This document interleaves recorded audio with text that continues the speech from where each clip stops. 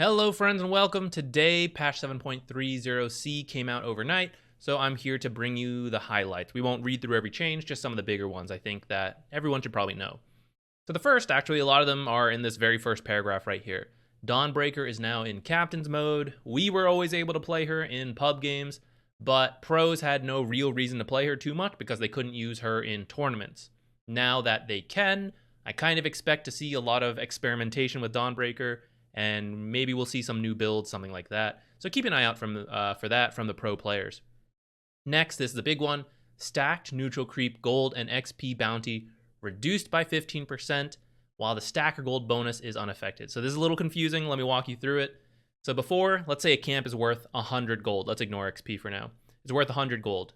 You would stack it, and now you have two camps worth 100 gold. So 100, 100, and the support, or whoever who stacked it, would get 30% extra, so 30 gold, based on the camp they had stacked. Now, the support or stacker, whoever, still gets that 30%, and it's based off the original camp's value, as far as I can tell, based off initial testing. But the new camp is only worth 85 gold. So you have a camp worth 100 and then 85. And as far as I can tell, if you keep stacking, it's still 85. It doesn't keep getting reduced by 15%. So you'll have the original camp worth 100 gold, and then 85 gold, 85 gold, 85 gold, all from there. But the support or stacker, whoever, it's usually support who stacks, right? They still get 30% of the gold. So let's say 30 gold, 30 gold, 30 gold from there. It's not 30% based off the 85 gold, the reduced gold. Again, as far as I can tell, there's variances in the gold. So it's kind of tedious to sit there and test a whole bunch, but I'm pretty sure that's how it works right now. But I could be wrong. So what this means for the game, lately, we've just had a lot of stacking. There's been a whole ton of emphasis on who can stack and who can clear stacks. And then the pro meta kind of developed to like who can steal stacks, because it was just very time efficient for carries. Now it is not so efficient for carries because they're getting less gold. And I'm actually going to make a video on this. I was working on it and then this came out. So that'll come out soon after to kind of explain the value of stacking camps. And essentially what it comes down to is that when there were like two camps that were stacked, that was worth losing a creep wave or more for the carry to go take. And of course, the more stacks you got, the better. Now it's just not as efficient for the carries to do that. Still good for supports to do, but a little less because carries don't want to do it as much. So overall for your team, it's worth less gold, even though for you, it's the same. So hopefully this is kind of moving us a little away from just constant stacks and carries who can just recover from terrible laning stages by just doing suddenly like 5 stacks and they're perfectly fine now. It should not be as good for them anymore. And so this might encourage more roaming, more ganking, like put the carry in a terrible spot, and then they don't just get a comeback for free from stacking. Now, of course, this doesn't mean stacking's dead. It's still good to do, but it should just not wholly define the meta. But we'll see. This number might have to be changed a little bit more. I'm not completely sure. Next, the Ancient Black Dragon mana cost goes up by 100, which seems like a lot. It is. The Thunderhide also got some, but it's less important. Really, this is for the zoo meta. People would take the Helm of the Overlord and then just cut creep waves forever. And so now with these mana costs, they're not going to be able to do that as easily. We'll return to that in a bit. Now, in terms of item changes, Echo Saber's been really popular, but it has been nerfed. Mana reduction going down by 0.5, bonus strength going down by 2, and then some weird bugs with it.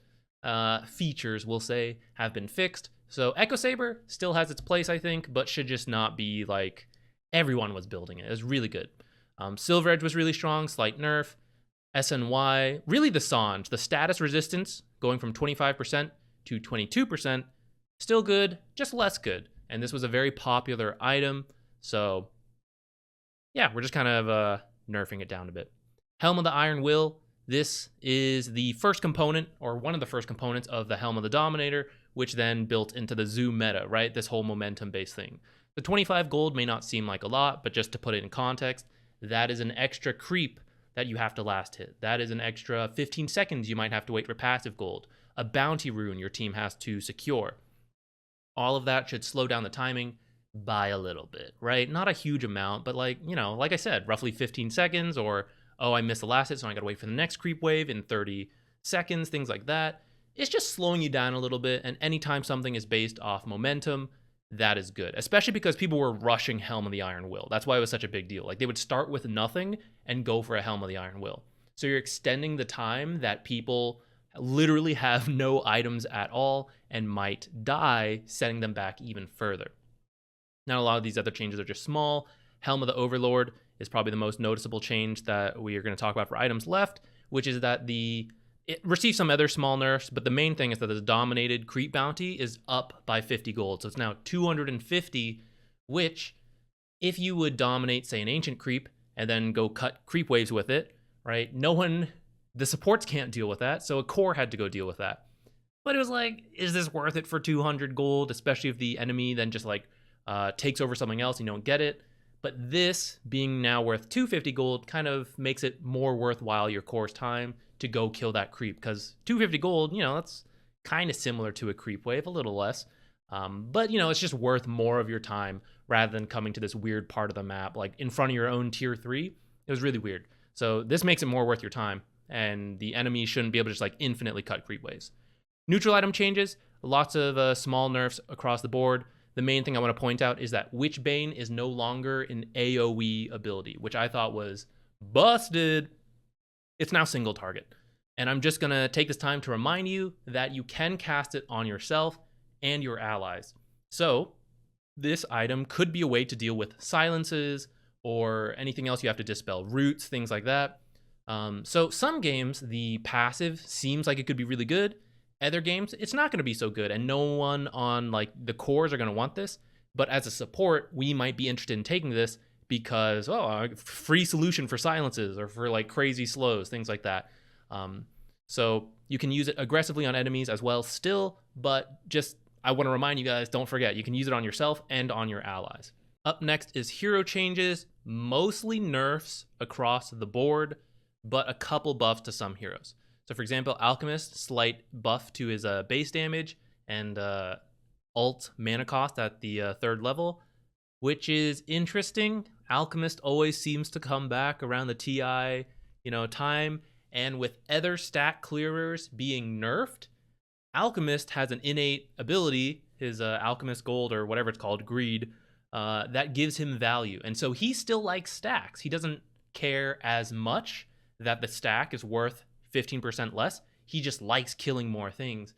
And so with other people relatively being worse, I don't know, Alchemist, he might be back. We'll see. This does seem like a small buff to himself, but like the meta, I think, has shifted a little bit with this patch. So maybe we'll see some Alchemist. AA, he kind of became very subpar, some small buffs. We're not going to worry about that. Same with Arc Warden. Bane was a big winner of the recent patches. He is now small nerfs. He wasn't broken or anything, but now that the zoo meta is a little worse, and I think he was not a fan of the zoo meta because he doesn't have wave clear, I think he'll be happy with that. But then, we got to nerf him a little bit so he doesn't go like crazy. So that's pretty much what his stuff is. Bat Rider, some general nerfs. The main thing I want to point out here, though, is that his daytime vision is going from 1200 to 1600, and that is a big difference. Not everyone even pays attention to that stuff, but if you are someone who does, he's had 1200 daytime vision for a long time. And for frame of reference, a normal hero has 1800 daytime vision. So he still has slightly less than usual, but instead of being 2/3 of what everyone else has, he's like very close. It's only 200 less than other people. So now you're not so free to like get really close to Bat Rider in the daytime before he even sees you and like gank him, especially at the start of the game. So keep that in mind. Now Beastmaster got some small nerfs, but some changes. Axemaster might be back. So Roar is 10 seconds less at level 3, which, if you're a core Beastmaster, you're going to hit level 18 almost every single game. He got a mana. So originally he had a mana regen talent on level 15, 3 mana regen. Now on the level 10 talent, much sooner, which is closer to when you might finish an Aghanims on a core Beastmaster, and it's 1.75 mana regen. So it's a little worse, but you're getting it sooner. And then he has a new level 20 talent, level 15 talent, where you get 2.5% extra amp per like the Wild Axe stack.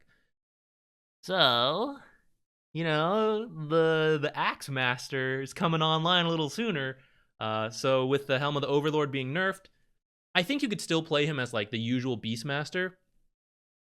But there are some signs suggesting that, I don't know, maybe you throw some axes now instead. We'll see.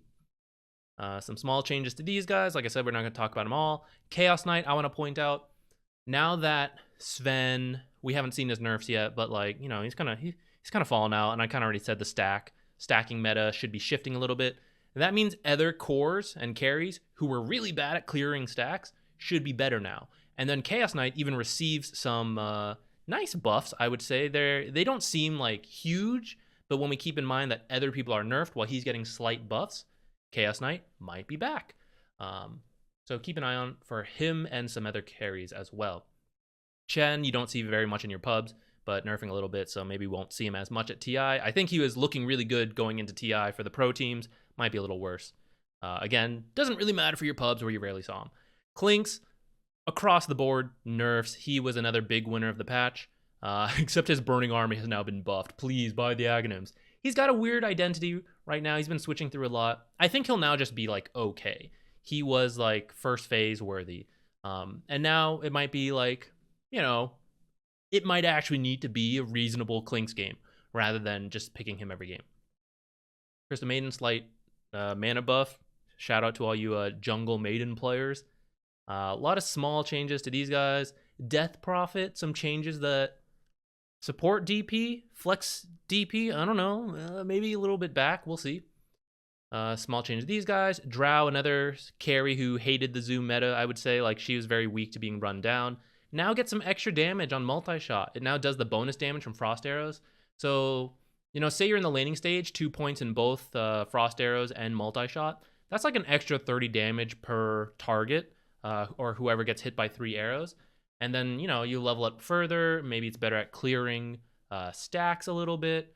So it's kind of a nice buff. And considering that the heroes that were really good against her, like literally running her down, they all got nerfed. We might see Drow a little bit more. Small changes to these guys. Jakiro, some buffs. Woo! Keeper of the Light, another weird one, right? You saw him start to be in the mid lane. These nerfs, we don't have to worry about the exact numbers, but pretty much what it comes down to is that with three null talismans, Keeper of the Light no longer one-shots the creep wave. So before, he would kill the creep wave, kill a camp, creep wave, camp, gank, camp, creep wave, gank. Like, he was so fast and instantly killing things that's why he was able to play mid with only 3 null talismans, right? It was so cheap. Now that will not be the case. He'll have to buy more spell amp or get a neutral for it or just take more time to clear it, and that just hurts his tempo overall. It hurts his itemization, and so maybe not so popular as a core anymore. His other buffs are still there from the last patch, which were good for support Caudle, so maybe we'll actually see Caudle in his original role rather than the mid lane. But it was kind of cool for a little bit, so I don't know. Maybe it's still possible. We'll see. I'm not a Caudle mid player, so I can't tell you. Lifestealer, slight buff. That's kind of the trend. A lot of the carries who were not so good in the last meta are receiving small buffs, which may not seem that big, but I've already said it a couple times. Keep an eye on them. Luna, some slight nerfs, but the meta overall has nerfed her. Same with Lycan, slight nerfs, especially Feral Impulse. This losing 1 regen, it's kind of what makes it really hard to punish Lycan in the laning stage. And so, it's not killing the hero, but this, along with the other changes, should make him overall worse. Night Stalker, another big winner. I didn't realize he had such high base HP regen, but it's going down by 0.25, so now he only has only two base HP regen, which is relatively still incredible in this game. But don't forget, Night Stalker is notoriously a very weak level 1, 2, 3, 4, 5, whatever level he is in the daytime, he's really bad. He's been very weak, but with some of the last meta changes, he became very powerful as soon as it hit nighttime, and he was kind of crushing it. So any nerf to his daytime first 5 minutes, the worse he does in the beginning 5 minutes, it affects everything else. So this is not huge, doesn't dumpster the hero, but should make him a little worse. Same with his talent changes. Omniknight, the best support of the last patch, in my opinion. A little frustrating because I was working on a video for him, and now he has received quite a significant change. So these other things are whatever. For example, the level 20 talent, -3 down to -2 on Heavenly Grace cooldown. Whatever. Rarely hit level 20 as a support anyways. But Heavenly Grace can now be dispelled. This is a big change to the hero. I don't even fully know if he needed it, because a lot of the heroes, like, I think part of the reason he was good, not only he received some buffs himself, but everyone who was good in the meta, he was good with or against. Sven, Lycan, Beastmaster, the Night Stalker right here above him, Bane, just dispel the ultimate, things like that. Omniknight was just good for the meta, and now that the meta has kind of been nerfed, I think he would have already dropped off a little bit. So now that Heavenly Grace can also be dispelled, that seems like an extra nerf, and I'm not sure how well he'll hold up. And I think there's a lot more value. Before, you would just cast Heavenly Grace preemptively in many scenarios.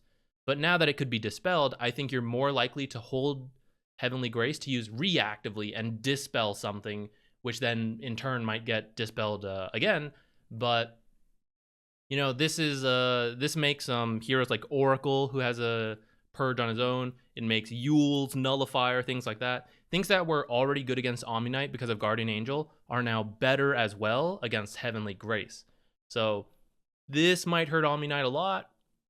I kind of think he'll still be playable though. He was really good. I think it'll depend how much the meta shifts. So Omniknight, no longer the best support of the patch probably, but might still be in a decent spot. Pango 5 was something you might see in pro games, and I tried a little bit. I'm pretty bad at, but it's really fun. You would win your laning stage because Shield Crash was just such a value skill point, and it's now worse. It's this mana increase. Like, the slow going down is unfortunate, but this mana increase, 15 more mana at level 1 when it was only 60 mana before, so that's like a 25% increase. That is really going to hurt what you can do as Pango, which means you have to buy more mangoes, more clarities, sticks, things like that. And, slows down your tempo, things like that. 10-second higher cooldown on the Rolling Thunder at level 1 eventually gets back to the same level, right? So for core Pango, doesn't affect him that much because he gets the levels. For support Pango, you kind of stay at level 1 to ultimate for quite a long time, and now you're just not going to have it up as much. And kind of the whole idea of Pango as a support was like, win the laning stage, which has now been nerfed, and then be a very active support, which has now been a little bit nerfed. So he should not be as good as he was. He was kind of also first phase worthy, but just probably won't see it as much. Nice base regen to PA, another hero who was not so good in the last patch because she had to build Battle Fury, and so she was just worse at stat clearing. She's now a better laner overall, and might do better relatively compared to the others. PL didn't really get touched much. Puck, not too much. I think this Rubik change is pretty interesting. Base mana regen from 0 to 0.5. That's like a free Sage's Mask. And attack damage reduction. Let's say level 1 Fade Bolt. So 50, let's say 50 damage. That's pretty common for people to have. Before, you would reduce that down to 45 damage. Now you reduce it down to like about 43 damage, which sounds really like uninteresting, but it's 2 damage, guys. And if you think how much you have to buy to get 2 damage, it's like 2 Iron Branches, a Circlet, a Fairy Fire, and you're just taking that away from the enemy. And if you hit each other like 5 times during Fade Bolt, right, that's 10 damage you've now reduced a bit, which again sounds really minor, but I swear this stuff builds up. So I kind of think his laning stage just got a lot better, especially with this base mana regen. So I'm going to be playing some Rubik in position 4. I think it looks pretty solid. Sand King was doing pretty well, so some slight nerfs to him. Shadow Demon was like, he wasn't as popular, I think, but I think he was pretty good. And now some slight nerfs to him, especially this mana cost on his Shadow Poison, up by 10 in the early levels. It's pretty sad for him because that was kind of his weak point, is his early laning, and now that just got more expensive. So kind of balancing him out again. Shadow Shaman, another one I think is interesting. An extra 0.75 HP regen. Really good for a short-range hero like Shadow Shaman, who has to like slowly walk in. He's a slow hero with short range. Everyone gets like a free hit on him. And then he hits you really hard, but you run away and then you turn around and hit him again while he's like shambling somewhere because he's so slow and so short range. So this extra HP regen is quite nice for him, and I think it should help his laning stage a lot. So I'm also looking to play some Shadow Shaman. Some silencer nerfs, small changes around here. Slark, another big winner. Slight nerf, shouldn't be too bad. Snapfire, 0.5 extra HP regen, sure, maybe we'll play her a bit. Sven, so I'm sure you all saw Sven in your games. Base attack time, that's usually a really big change for carries, up by 0.1 to now be 1.9. Frame of reference again, the typical base attack time is 1.7. That's what most heroes have. And if you don't know how this works, the higher this number is, essentially the slower you attack. It's a little confusing with attack speed. Let's not worry about it too much right now. It's not that important. But essentially, the higher your base attack time, the slower you hit. So Sven already was worse than usual, now even further. But his like thing is to be like this heavy hitter, but slower, right? That's like a classic kind of idea in a video game, right? You hit really hard, but hit kind of slow.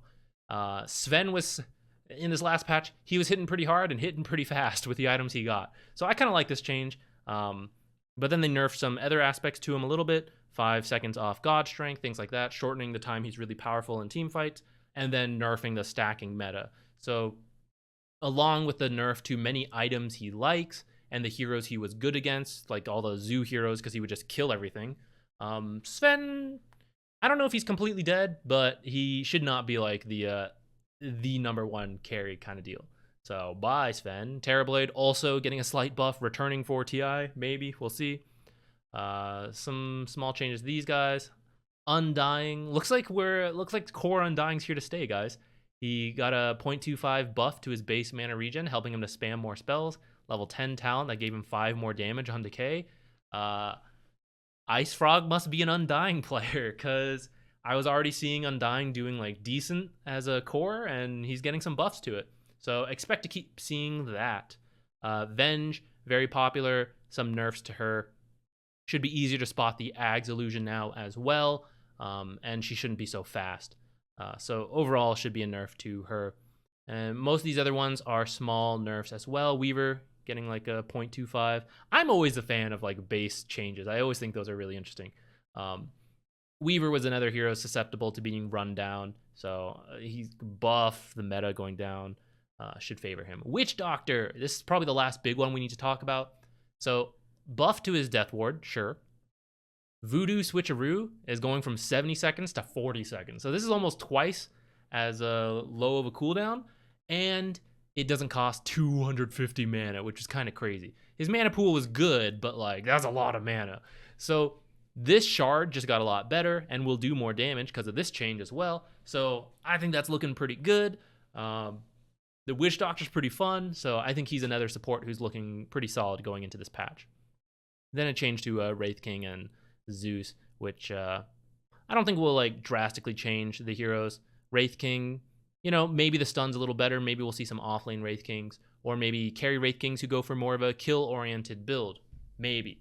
But I don't know. At max level, it does 40 more damage, you know, which is like cool, but like, I don't know. Do you sacrifice all your farming ability for that?